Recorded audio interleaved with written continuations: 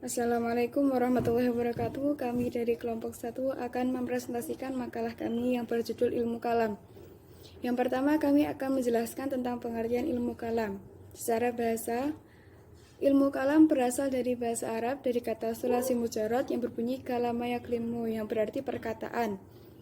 Yang kedua, menurut bahasa Indonesia, menurut KBBI atau Kamus Besar Bahasa Indonesia berarti perkataan, kata, terutama bagi Allah Subhanahu wa Ta'ala, yang kemudian juga dimaknai sebagai sifat wajib bagi Allah. Maka, menurut pemakalah, arti kalam secara bahasa adalah perkataan atau pembicaraan. Yang keduanya adalah iman berada di dalam dada seorang mukmin dan tidak sempurna iman seseorang kecuali dengan menyempurnakan ibadah fardu dan ibadah sunnah. Kesimpulannya adalah orang yang beriman akan merasa bahwa segala tingkah lakunya senantiasa diawasi oleh Allah Subhanahu wa Ta'ala. Tidak ada suatu perbuatan yang ia lakukan luput dari pengawasan Allah Subhanahu wa Ta'ala. As-samawati wal ardu wa ma bainahuma fi sittati ayyamin tsumma istawa 'alal 'arsy ar-rahmanu fas'al bi khabira. Artinya, yang menciptakan langit dan bumi dan apa yang ada di antara keduanya dalam 6 masa. Kemudian dia bersemayam di atas arsy. Dialah yang maha pengasih. Maka tanyakanlah tentang Allah kepada orang yang lebih mengetahui, yaitu Muhammad.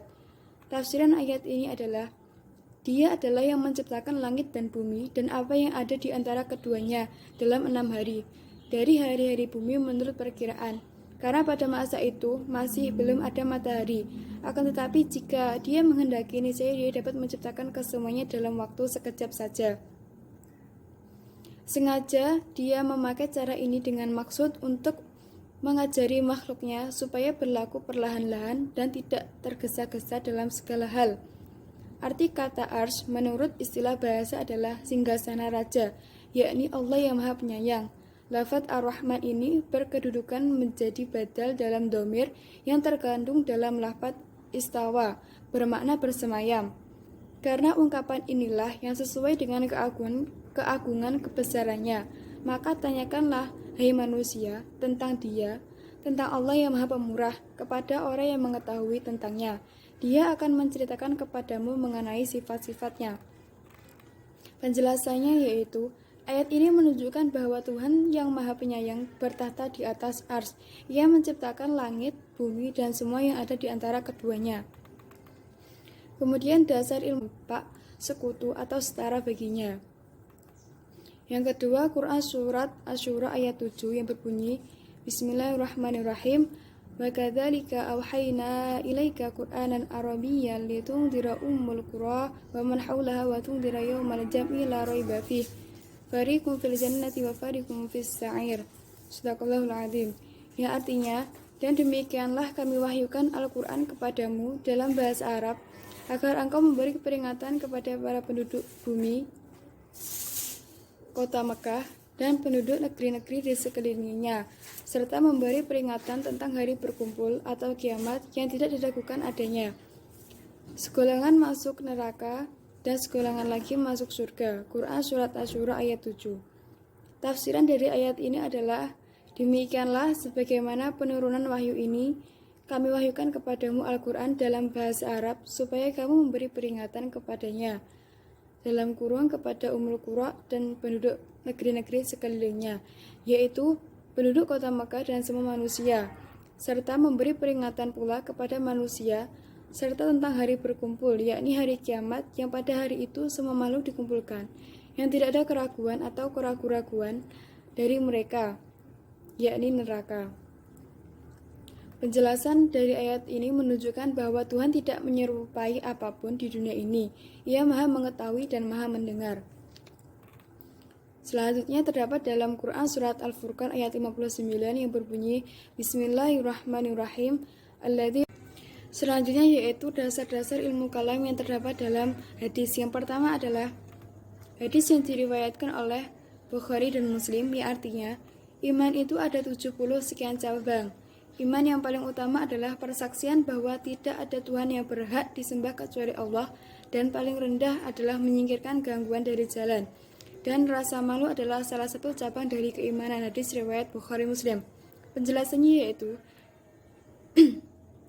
ada 70 ada 70 atau 60 cabang lebih adalah syak atau keraguan dari perawi dalam riwayat Muslim dari jalan Suhail bin Dinar. Para pemilik sunan yang tiga meriwayatkan dari jalan yang sama, di mana mereka menyebutkannya dengan tanpa ragu, yaitu 70 cabang lebih. Yang kedua, hadis riwayat Bukhari Muslim, yang artinya tidak sempurna keimanan salah seorang dari kalian sampai ia mencintai kebaikan untuk saudaranya, sesuatu yang dia cintai untuk dirinya. Hadis riwayat Bukhari Muslim. Penjelasannya yakni, hadis ini merupakan syarat kesempurnaan iman seseorang. Jika sifat itu tidak ada pada diri seseorang, maka imannya tidak sempurna. Bukan berarti ia tidak beriman alias kafir. Selanjutnya, hadis riwayat Ibnu Majah dan At-Tabrani, yang artinya, dari Ibnu Hajar radhiyallahu anhu dia berkata, Rasulullah shallallahu alaihi wasallam telah bersabda, iman adalah pengetahuan hari, pengucapan lisan. Iman adalah pengetahuan hati, pengucapan lisan, dan pengalaman dengan anggota badan. Hadis riwayat Ibnu Majah. Penjelasannya adalah iman berada di dalam dada seorang mukmin dan tidak sempurna iman seseorang kecuali dengan menyempurnakan ibadah fardu dan ibadah sunnah. Kesimpulannya adalah orang yang beriman akan merasa bahwa segala tingkah lakunya senantiasa diawasi oleh Allah Subhanahu wa taala. Tidak ada suatu perbuatan yang ia lakukan luput dari pengawasan Allah Subhanahu wa taala. Yang kedua yaitu pengertian ilmu kalam secara istilah. Yang pertama, menurut Mustafa Abdul Razik, ilmu kalam adalah ilmu yang berkaitan dengan akidah imani yang dibangun dengan argumentasi rasional. Yang kedua, menurut Al-Farabi, yaitu mendefinisikan ilmu kalam sebagai disiplin ilmu yang membahas zat Allah beserta eksistensi semua yang mungkin, mulai yang berkenaan dengan masalah dunia sampai masalah sesudah mati yang berlandaskan doktrin Islam. Stressing akhirnya adalah memproduksi ilmu ketuhanan secara filosofis. Yang ketiga, menurut Ibnu Khaldun, ilmu yang mencakup argumen-argumen untuk membela keyakinan agama dengan menggunakan bukti-bukti rasio dan mematahkan argumen-argumen lawan dari kalangan pembuat bid'ah yang melenceng dari jalan ulama salaf dan ulama ahli sunnah dan keyakinan. Maka, menurut pemakalah, pengertian kalam secara istilah adalah ilmu yang membahas tentang zat dan sifat-sifat Allah yang disertai dengan argumen-argumen rasional. Selanjutnya yaitu dasar-dasar ilmu kalam yang terdapat dalam Al-Quran. Yang pertama, Quran Surat Al-Ikhlas ayat 3 yang berbunyi, Bismillahirrahmanirrahim, Lam yalid wa lam yulad, Shadaqallahul Adzim, yang artinya Allah tidak beranak dan tidak pula diperanakkan.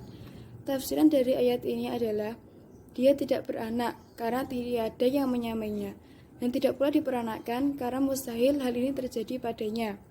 Penjelasan ayat ini menunjukkan bahwa Tuhan tidak beranak dan tidak diperanakkan, serta tidak ada satupun di dunia ini yang tampak sekutu atau setara baginya. Yang kedua, Quran Surat Asy-Syura ayat 7 yang berbunyi, Bismillahirrahmanirrahim, wa kadzalika auhayna ilaika Qur'anan Arabiyyan litundira ummul qura wa man haulaha wa tundira yaumal jam'i la raiba fih fariqun fil jannati wa fariqun fis sa'ir. Shadaqallahul Adzim. Yang artinya, dan demikianlah kami wahyukan Al-Quran kepadamu dalam bahasa Arab agar engkau memberi peringatan kepada para penduduk bumi kota Mekah dan penduduk negeri-negeri di sekelilingnya, serta memberi peringatan tentang hari berkumpul atau kiamat yang tidak diragukan adanya. Segolongan masuk neraka dan segolongan lagi masuk surga. Quran Surat Asy-Syura ayat 7. Tafsiran dari ayat ini adalah, demikianlah sebagaimana penurunan wahyu ini, kami wahyukan kepadamu Al-Quran dalam bahasa Arab supaya kamu memberi peringatan kepadanya, dalam kurung kepada Ummul Qura dan penduduk negeri-negeri sekelilingnya, yaitu penduduk kota Mekah dan semua manusia, serta memberi peringatan pula kepada manusia serta tentang hari berkumpul, yakni hari kiamat yang pada hari itu semua makhluk dikumpulkan, yang tidak ada keraguan atau keraguan dari mereka, yakni neraka. Penjelasan dari ayat ini menunjukkan bahwa Tuhan tidak menyerupai apapun di dunia ini. Ia Maha mengetahui dan Maha mendengar. Selanjutnya terdapat dalam Quran Surat Al-Furqan ayat 59 yang berbunyi, Bismillahirrahmanirrahim, Alladzi khalaqas samawati wal arda wa ma bainahuma fi sittati ayyamin tsumma istawa 'alal 'arsy. Ar-Rahmanu fas'al bi khabira. Artinya, yang menciptakan langit dan bumi dan apa yang ada di antara keduanya dalam 6 masa. Kemudian dia bersemayam di atas arsy. Dialah yang Maha Pengasih. Maka tanyakanlah tentang Allah kepada orang yang lebih mengetahui, yaitu Muhammad. Tafsiran ayat ini adalah, Dia adalah yang menciptakan langit dan bumi dan apa yang ada di antara keduanya dalam 6 hari, dari hari-hari bumi menurut perkiraan. Karena pada masa itu masih belum ada matahari. Akan tetapi jika Dia menghendaki, niscaya Dia dapat menciptakan kesemuanya dalam waktu sekejap saja. Sengaja Dia memakai cara ini dengan maksud untuk mengajari makhluknya supaya berlaku perlahan-lahan dan tidak tergesa-gesa dalam segala hal. Arti kata arsy menurut istilah bahasa adalah singgasana raja, yakni Allah yang Maha Penyayang. Lafadz Ar-Rahman ini berkedudukan menjadi badal dalam dhamir yang terkandung dalam lafadz istawa, bermakna bersemayam.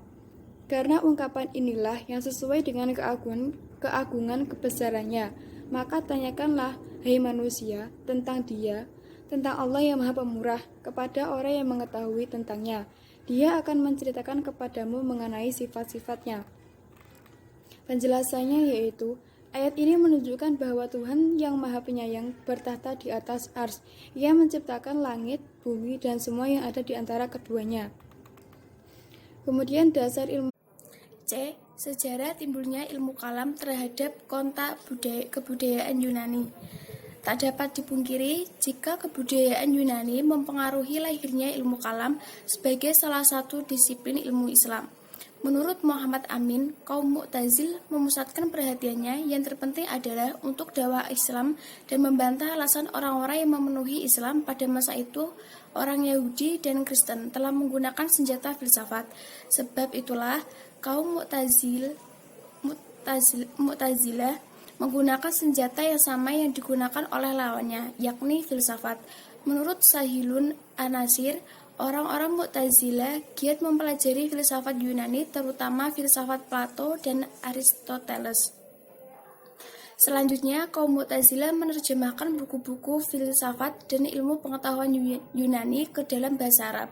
Pemakaian dan kepercayaan kepada rasio atau pemikiran ini dibawa oleh kaum Mu'tazilah ke lapangan teologi Islam. Dengan demikian, teologi mereka mengambil corak teologi liberal, dalam arti bahwa sungguh pun kaum Mu'tazilah banyak menggunakan rasio. Mereka tidak meninggalkan wahyu atau Al-Quran. Dalam pemikiran-pemikiran mereka selamanya terikat kepada wahyu yang ada dalam Islam. Filsafat Yunani telah menarik perhatian kaum muslimin, terutama sesudah ada terjemahan buku-buku filsafat Yunani ke dalam bahasa Arab sejak zaman Khalifah Al-Mansur. Teologi Mu'tazilah yang bersifat rasional dan liberal itu begitu menarik bagi kaum inteligensia yang terdapat dalam lingkungan kerajaan Islam Abbasiyah di permulaan abad ke-9 Masehi. Pada masa itu, beberapa pemuka Mu'tazilah aktif mempelajari filsafat, terutama pada masa Khalifah Al-Ma'mun pada 814 sampai 833 Masehi.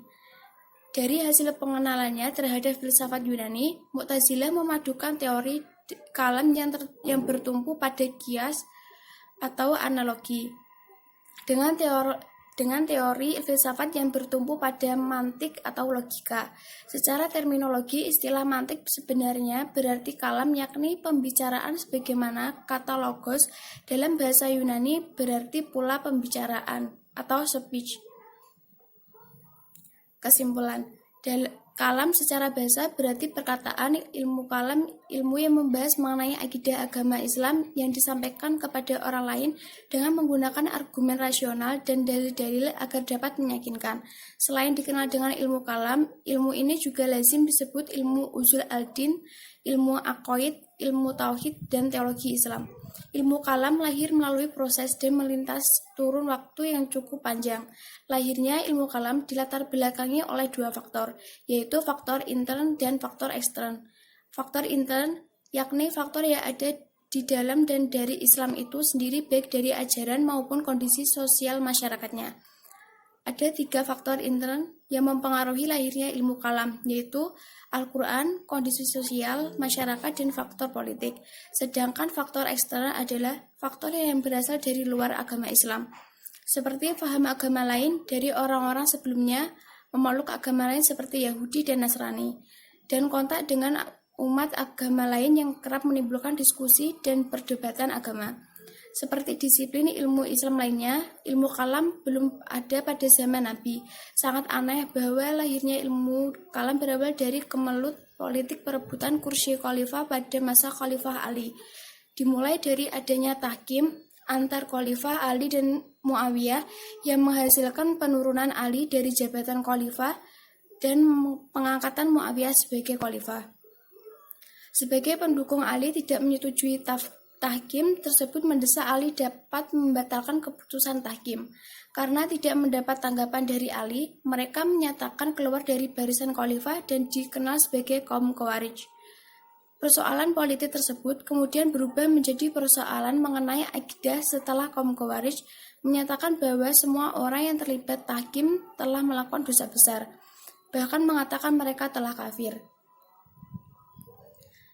Saran untuk mahasiswa agar lebih kreatif dan inovatif dalam membuat suatu karya ilmiah, tambahilah semangat belajar untuk menambah wawasan dan jangan mudah putus asa dalam mengerjakan sesuatu. Para wali mahasiswa tetaplah mengawasi anaknya dalam mengerjakan tugas karena tetap membutuhkan saran, masukan, dan motivasi dari orang tua. Dan untuk lembaga pendidikan agar selalu memberikan wadah-wadah bagi para mahasiswanya untuk bisa lebih berkembang dalam segala hal. Demikianlah makalah yang dapat kami sampaikan dan presentasikan. Tentunya dalam penyusunan makalah ini masih terdapat kesalahan dan kekurangan yang perlu dibenahi. Oleh karenanya, saran dan kritik yang membangun dari Bapak dosen dan para audin sangat kami harapkan guna memperbaiki karya ini. Atas perhatian dan partisipasinya kami sampaikan terima kasih. Wassalamualaikum warahmatullahi wabarakatuh.